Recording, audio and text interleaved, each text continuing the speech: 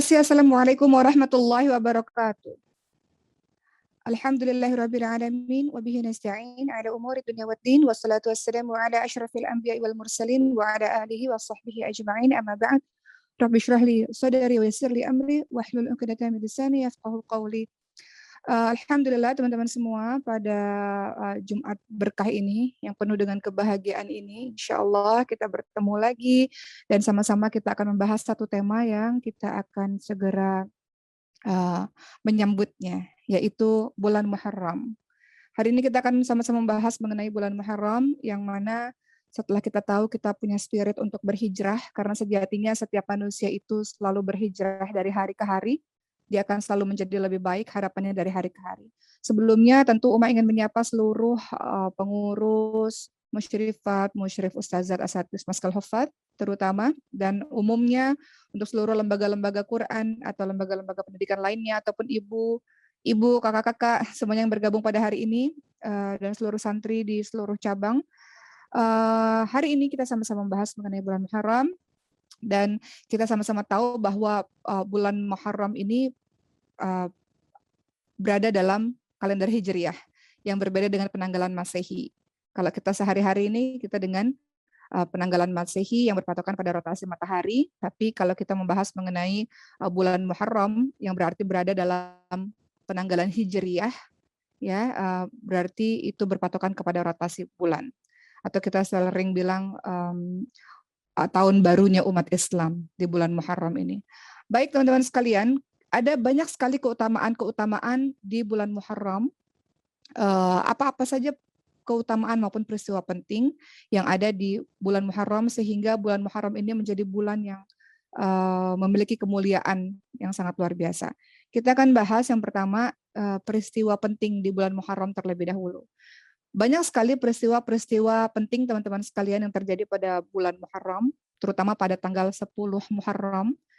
Maka tidak heran bahwa bulan Muharram ini sering juga dikatakan sebagai bulan yang bersejarah. Ada yang tahu tanggal 1 Muharram itu tanggal berapa ya? Coba kita cek dulu sebentar ya. Tanggal 1 Muharram, ada yang tahukah di tahun 2021 itu jatuh pada tanggal 9 Agustus. Wah, ya 9 Agustus berarti 3 hari lagi. Jadi 1 Muharram pada tanggal 2021 ini akan jatuh di tanggal, kalau tidak salah, kita lihat dulu kalender sebentar ya.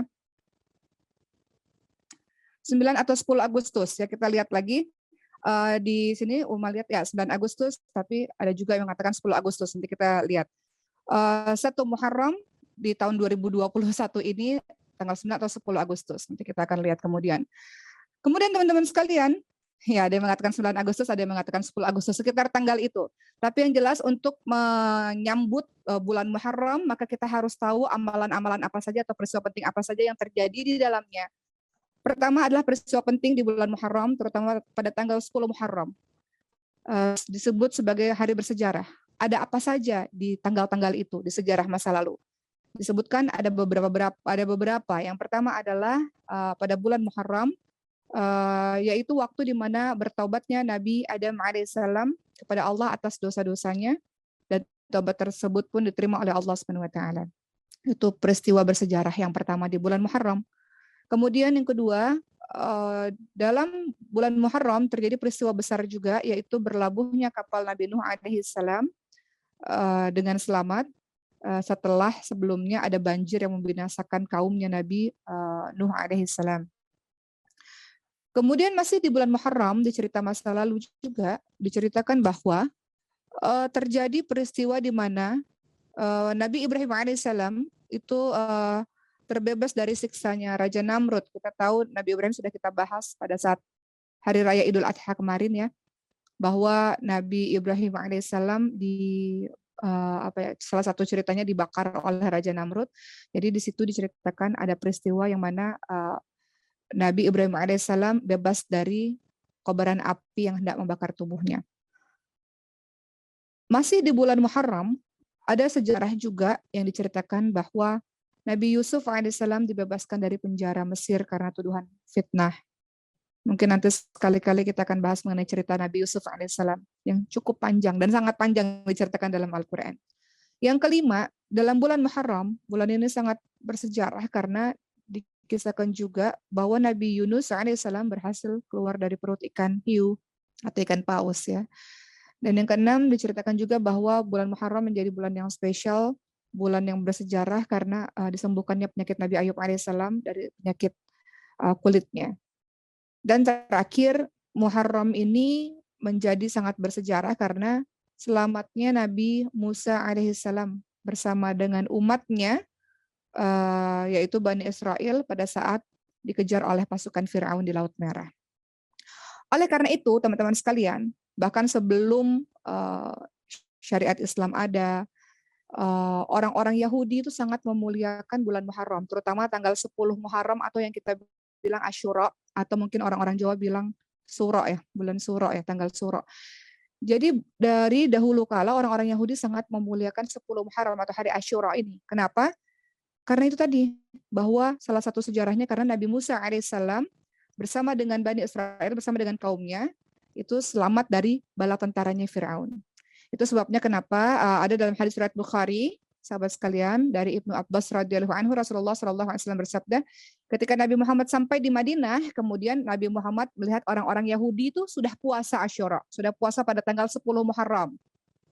Lalu Nabi Muhammad tanya, ini hari apa? Kenapa kalian puasa? Kemudian orang-orang Yahudi itu menjawab, hari ini adalah hari baik, di mana hari ini Allah menyelamatkan Bani Israel, kaumnya Nabi Musa, dari musuh-musuhnya.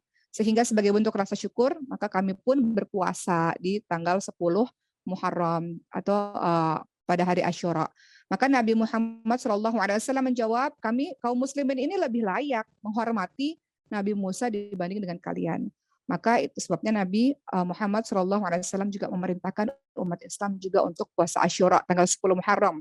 Tapi nanti kita akan bahas untuk menyelisihi atau supaya beda dengan kaum yang lain, maka Rasulullah juga menginginkan kita juga puasa di tanggal 9 Muharramnya. Hal itu diceritakan dalam hadis riwayat Bukhari ya, yang bagaimana Rasul bercakap-cakap atau berbicara dengan orang-orang Yahudi tadi. Setelah kita tahu betapa mulianya bulan Muharram atau betapa banyak sejarah yang terjadi di bulan Muharram, bahkan orang-orang di zaman dulu juga sudah sangat menghormati bulan ini, kemudian kita akan bahas mengenai kemuliaan bulan Muharram. Kalau tadi kita bahas yang pertama peristiwa penting di bulan Muharram, maka yang kedua kita akan bahas mengenai kemuliaan bulan Muharram. Apa sih yang menyebabkan bulan Muharram ini bulan yang sangat mulia? Pertama, karena bulan Muharram adalah termasuk bulan haram. Bulan Muharram ini termasuk bulan haram. Kenapa disebut haram? Dan apa-apa saja bulan yang disebut haram? Teman-teman lihat dalam surah At-Taubah ayat ke-36. A'udzubillahi minasyaitonirrajim. Inna iddatasyuhuri 'indallah, ya di situ disebutkan indallahi 12 syahran fi kitabillahi yauma khalaqas samawati wal arda minha arba'atun hurum dzalika ad-dinul qayyim. Fala tadlimu fihinna anfusakum. Sesungguhnya bilangan bulan pada sisi Allah adalah 12 bulan dalam ketetapan Allah di waktu Dia menciptakan langit dan bumi. Di antaranya 4 bulan haram, 4 bulan suci. Maka janganlah kamu menganiaya diri kamu sendiri dalam bulan yang 4 itu. Jadi dalam surah At-Taubah ayat 36 disebutkan ada 4 bulan haram. Apa-apa saja bulan itu, tadi Uma sudah lihat di chat, sudah ada yang komentar.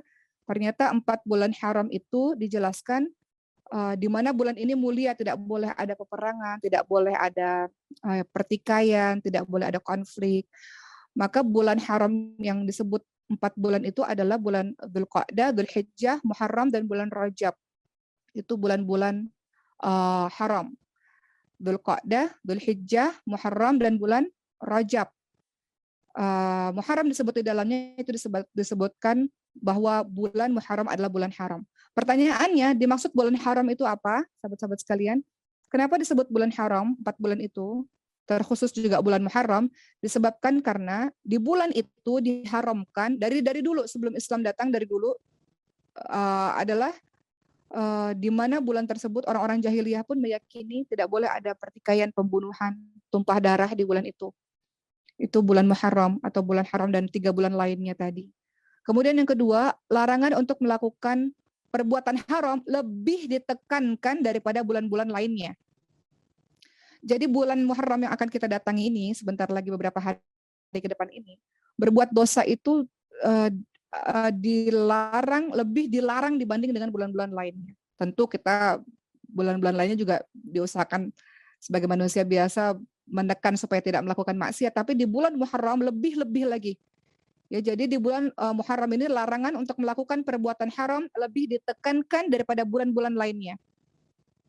Sebaliknya, sangat baik untuk melakukan amal-amal ketaatan. Kenapa teman-teman sekalian? Karena pada bulan Muharram ini waktu yang sangat baik untuk melakukan amalan-amalan ketaatan. Tapi kalau teman-teman sudah taat sepanjang waktu, Masya Allah. Itu sebabnya salah satu amalan yang penting untuk dilakukan di bulan Muharram adalah puasa. Kalau teman-teman selama ini puasa Senin Kamis atau Masya Allah ada yang puasa Daud dan ada yang puasa Ayyamul Bid di tengah bulan, Masya Allah. Ternyata di bulan Muharram kita dianjurkan untuk puasa lagi. Yaitu pada tanggal 10 Muharram, itu paling utama, ditambah tanggal 9 Muharram, yaitu 1 hari sebelumnya, yaitu puasa Tasu'a. Kita lihat perkataan dari Sufyan Ats-Tsauri, beliau berkata, pada bulan-bulan haram, aku sangat senang puasa di dalamnya. Ternyata kalau bisa puasa lebih banyak, tentu itu sangat baik. Ibnu Abbas radhiyallahu anhu mengatakan, Allah mengkhususkan 4 bulan tadi ya, sebagai bulan haram, dan dianggap sebagai bulan yang suci, melakukan maksiat pada bulan tersebut dosanya lebih besar, dan amalan solih yang dilakukan menuai pahala yang juga banyak. Kemudian keutamaan dari bulan Muharram tadi ya, kemuliaan bulan Muharram selain bulan Muharram termasuk bulan haram. Yang kedua adalah keutamaannya bulan ini menjadi bulan pembuka dalam setahun. Pembuka tahun. Jadi bulan pertama dalam kalender Hijriah. Kalau di tanggal biasa bulan Januari kita merayakan tahun baru dengan begitu hebohnya, padahal tidak ada dalam ajaran agama ini. Tapi dalam kalender Hijriah kita punya bulan Muharram yang kita tidak dianjurkan untuk merayakan seheboh dan melanggar syariat, tapi tentu menjadi muhasabah bahwa tahun telah berganti, umur terus bertambah, artinya lebih dekat perjumpaan dengan Allah Subhanahu wa taala. Jadi yang kedua ya tadi bahwa kemuliaan bulan Muharram adalah bulan ini adalah bulan pertama dalam setahun dan menjadi pembuka tahun. Ketiga, bulan Muharram kemuliaannya spesial bulan ini karena bulan ini dijuluki Syahrullah, bulannya Allah. Jadi Rasulullah SAW bersabda, "Afdhalus siyami ba'da Ramadan syahrullah." Ya, jadi bulan yang paling utama setelah bulan Ramadan adalah bulan Allah, syahrullah, bulan Muharram. Kemudian salat yang paling utama setelah salat wajib adalah salat malam. Rasul ingatkan bahwa puasa yang paling utama setelah puasa Ramadan adalah puasa syahrullah, puasa di bulannya Allah. Syahrullah itu disematkan hanya untuk bulan Muharram. Biasanya kalau ada sesuatu disandarkan dengan lafaz jalalah Allah, pasti dia spesial. Syahrullah, bulannya Allah, Baitullah, rumahnya Allah. Apalagi yang disandarkan dalam lafaz jalalah itu? Ahlullah, keluarga Allah. Teman-teman yang penghafal Quran ini, Ahlullah, betapa spesialnya disebut disandarkan dengan lafaz jalalah. Apalagi Khalilullah, Nabi Ibrahim alaihissalam itu kekasihnya Allah. Jadi segala sesuatu apabila disandarkan dengan lafaz jalalah maka menunjukkan kemuliaan dan keagungan, kehebatan dari hal-hal tersebut. Jadi disebut syahrullah, bulannya Allah, berarti bulan ini ada keistimewaan karena bulan-bulan lain nggak disebut syahrullah. Begitu juga ahlullah. Ahlullah ini ada keistimewaan, orang-orang yang dekat dengan Quran, kerabatnya Quran, hari-hari baca Quran, pikiran, tindakan, hukum bersumber dari Quran, ahlullah. Abdullah, Abdullah hambanya Allah. Makanya sebaik-baik nama itu Abdullah, salah satunya kan Abdullah ya, hambanya Allah. Baik, berikutnya teman-teman sekalian, kemuliaan dari bulan Muharram, para ulama menyatakan bahwa bulan Muharram adalah bulan yang paling mulia setelah Ramadan. Hal ini dikatakan juga oleh Hasan Al-Basri. Beliau mengatakan, Allah membuka awal tahun dengan bulan Muharram dan menjadikan akhir tahun dengan bulan haram juga. Jadi awal tahun Muharram adalah bulan haram, akhir tahun itu apa? Dzulhijjah, itu juga bulan haram. Tidak ada bulan dalam setahun setelah bulan Ramadan yang lebih mulia di sisi Allah daripada bulan Muharram. Ya, jadi dulu bulan ini dinamakan Syahrullah Al-Asam. Ya. Bulan yang sunyi, bulan Allah yang sunyi karena mulianya bulan ini. Begitu kata Hasan Al-Basri, jadi kita tahu bahwa sebentar lagi kita bersiap-siap menyambut bulan yang luar biasa. Kalau kita nggak tahu tentang keutamaan, kemuliaan, sejarah-sejarah di bulan Muharram, kita akan melewati saja bulan itu tanpa ada apa-apa. Tapi kalau kita tahu, kita akan puasa tanggal 9, tanggal 10, bahkan bisa perbanyak puasa di bulan Muharram. Kemudian pertanyaan berikutnya, kenapa bulan Muharram ditetapkan menjadi awal bulan di kalender Hijriah? Ada apa dengan bulan Muharram? Jadi teman-teman semua, kita harus tahu bahwa kalender Hijriah disebut Hijriah karena dihitung berdasarkan Rasul hijrah. Jadi sejarahnya, dulu di masanya Nabi Muhammad SAW belum ada yang namanya tahun Hijriah, itu belum ada. Tapi nama bulannya sudah ada, Muharram sudah ada, kemudian Rabiul Awal, Ramadan, Dzulhijjah, Dzulqa'dah itu sudah ada. Tapi kalender Hijriahnya belum ada sama sekali. Penamaan tahun Hijriah itu belum ada. Awal tahunnya juga belum tahu, belum ada. Jadi masyarakat Arab pada saat itu menjadikan tahun itu sesuai dengan peristiwa. Contoh, Rasulullah lahir di tahun apa? Rasulullah lahir di tahun gajah, karena pada saat itu ada peristiwa pasukan bergajah Raja Abraha itu menyerang Ka'bah, maka disebut tahun gajah. Kemudian istrinya Nabi Muhammad SAW, Siti Khadijah dan pamannya Abu Thalib meninggal pada tahun apa? Disebut sebagai tahun duka cita. Jadi pada saat itu di masanya Rasul itu belum ada yang namanya kalender Hijriah, tahun Hijriah itu belum ada, berdasarkan peristiwa-peristiwa saja, ya. Kemudian akhirnya Rasulullah wafat, berganti khalifah sampailah masanya Umar bin Khattab radhiyallahu anhu.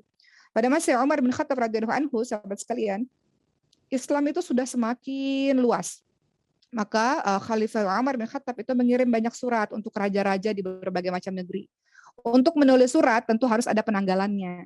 Kalau tidak, yang menerima surat bingung.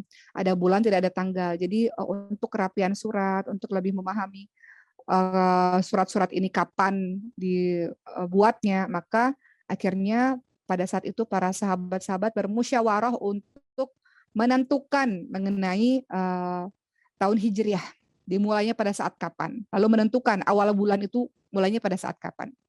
Ya, jadi kemudian yang terjadi adalah ada yang mengusulkan pada saat itu kita mulai buat tahun Hijriah itu dimulai dari pada saat Rasul wafat. Kemudian ada sahabat lain mengatakan tidak, dimulai pada saat Rasul lahir, atau ada yang mengatakan dimulai pada saat Rasul hijrah. Jadi pada saat itu saling memberikan ide dan akhirnya bermusyawarah. Kemudian berdasarkan hasil kesepakatan, maka tahun Hijriah dimulai di masa Umar bin Khattab radhiyallahu anhu itu pada saat hijrahnya Nabi Muhammad dari Mekah ke Madinah. Makanya disebut tahun Hijriah. Jadi dihitung di masa Umar bin Khattab itu berdasarkan hijrahnya Nabi Muhammad SAW. Setelah penetapan tahun selesai, kemudian penetapan awal bulan. Awal bulannya kapan ya? Muharram itu apakah Rasul hijrah dari Mekah ke Madinah pada bulan Muharram? Tidak. Rasul hijrah dari Mekah ke Madinah itu justru pada bulan Rabiul Awal, bukan bulan Muharram. Tapi kemudian pada akhirnya diputuskan bahwa awal bulan adalah bulan Muharram. Dikatakan karena pertama kali disitulah Rasulullah niat untuk merencanakan hijrah, atau di referensi lain mengatakan kenapa bulan Muharram dijadikan awal bulan karena pada saat itu pendirian kota Madinah. Wallahu a'lam yang mana yang satu betul, tapi yang jelas adalah pertama kali Rasul hijrah bukan di bulan Muharram tapi di Rabiul Awal, tapi itu menjadi perhitungan tanggal penaunan Hijriah, penanggalan Hijriah. Seperti itu teman-teman sekalian. Ya, jadi kita sudah tahu bahwa penanggalan Hijriah itu dimulai pada saat Rasul hijrah, tapi Rasul hijrah bukan bulan Muharram, tapi Rasul hijrah Rabiul Awal. Adapun bulan Muharram itu berdasarkan pada saat pertama kali Rasul niat berhijrah, atau referensi lain mengatakan berdasarkan pertama kali Rasul mendirikan kota Madinah. Wallahu a'lam. Berikutnya, setelah kita tahu mengenai bulan Muharram, sejarahnya, peristiwa-peristiwa penting, bagaimana bulan Muharram bisa menjadi bulan pertama di kalender Hijriah, kita harus tahu amalan bulan Muharram. Apa yang teman-teman bisa lakukan untuk mengisi bulan Muharram? Apa kata Rasulullah SAW dalam hadis riwayat Muslim dari Abu Hurairah radhiyallahu anhu? Beliau bersabda, puasa yang paling utama setelah Ramadan adalah puasa Muharram. Salat yang paling utama setelah salat wajib adalah salat malam. Dan dianjurkan untuk puasa. Apakah mesti puasa? Katanya bulan Muharram bulan yang mulia, bulan yang luar biasa. Apakah bisa puasa full, 1 bulan full? Maka ternyata ada hadis ya dari Aisyah radhiyallahu anha. Aisyah radhiyallahu anha berkata, aku tidak pernah melihat Rasulullah puasa sebulan penuh selain di bulan Ramadan. Aku tidak pernah melihat beliau banyak puasa dalam sebulan selain bulan Sya'ban. Artinya kalau mau perbanyak puasa silahkan, tapi berdasarkan apa yang disampaikan oleh Siti Aisyah radhiyallahu anha, beliau berkata, Rasulullah puasa full itu di bulan Ramadan, 1 bulan full, dan paling banyak puasanya di bulan Sya'ban. Mau perbanyak puasa silahkan, tapi ternyata yang paling afdal yang teman-teman tidak boleh tinggalkan adalah puasa Asyura. Puasa Asyura tanggal 10 Muharram nanti semuanya, seluruh santri-santri, Mas Hufaz maupun teman-teman lainnya, kalau bisa jangan meninggalkan puasa Asyura.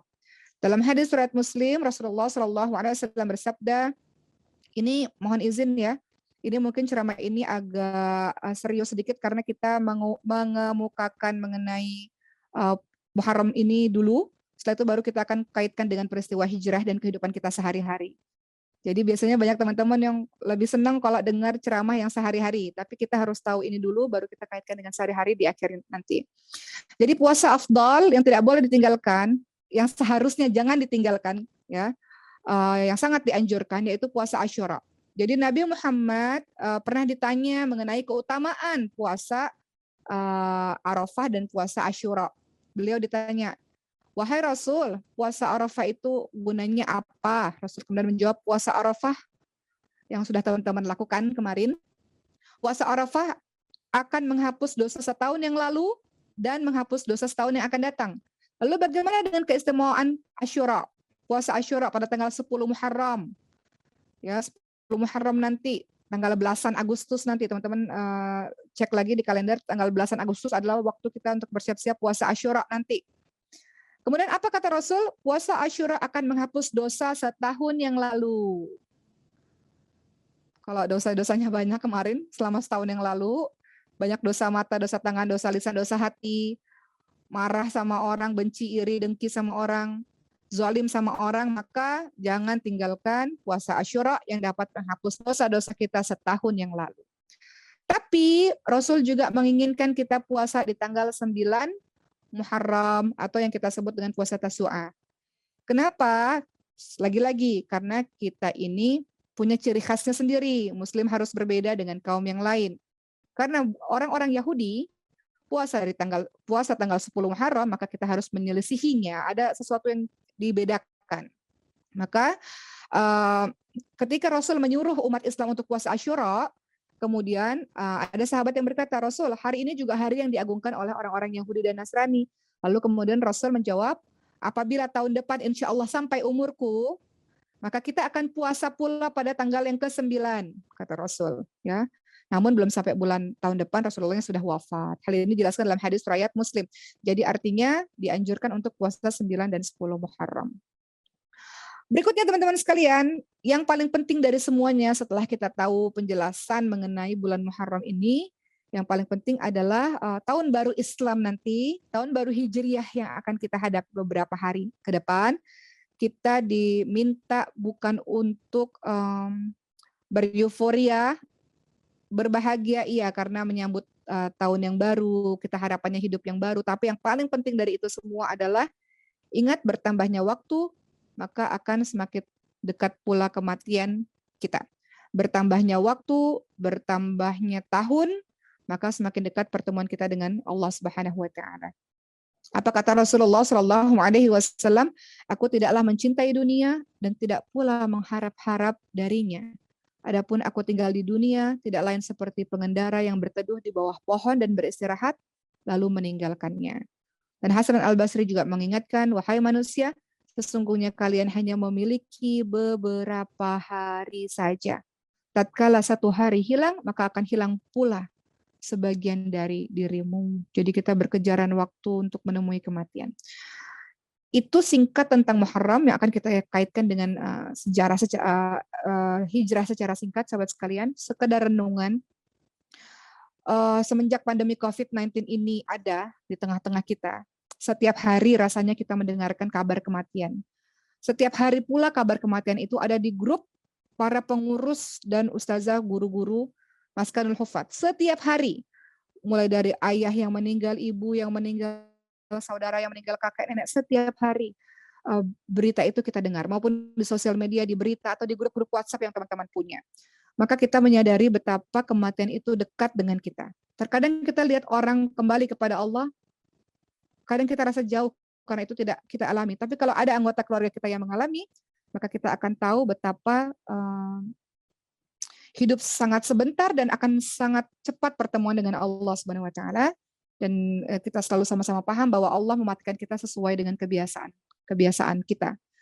Betapa banyak orang yang wafatnya ketika dia baca Quran karena sehari-harinya dia baca Quran, betapa banyak orang yang wafatnya pada saat sujud karena dia banyak sekali sujud.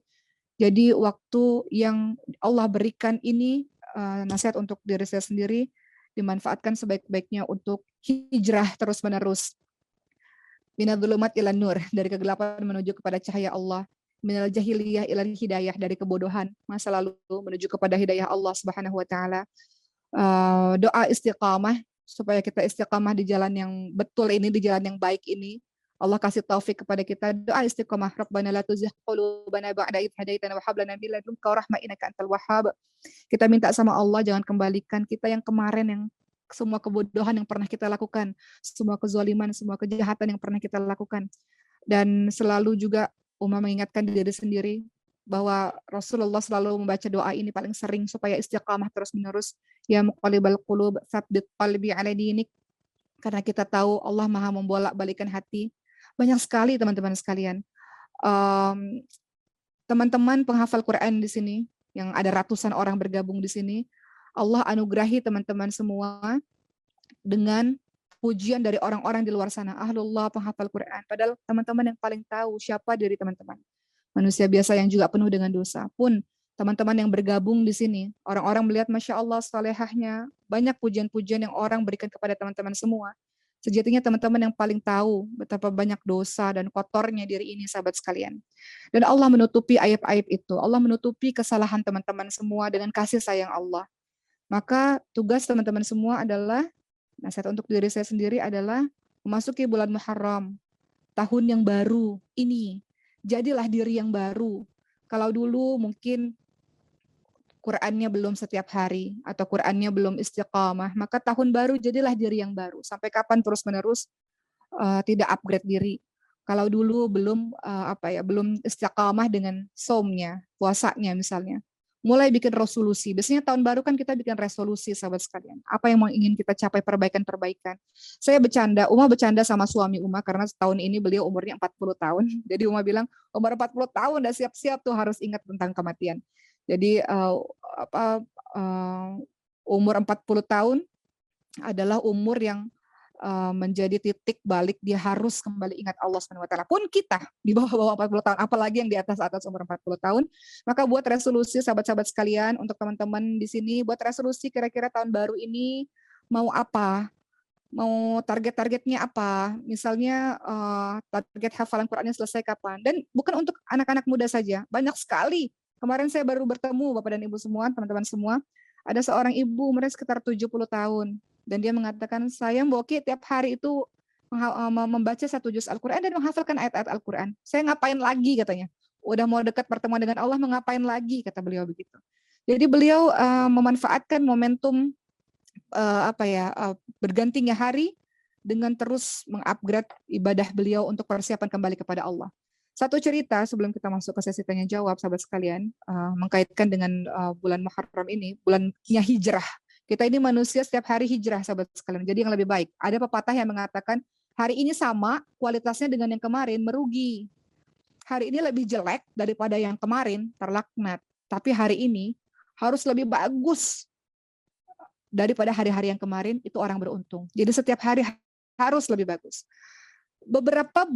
Sebulan yang lalu, Uma mendatangi salah seorang bapak yang sudah pensiun, umurnya sekitar hampir 70 tahun, tapi masih semangat kuliah S1.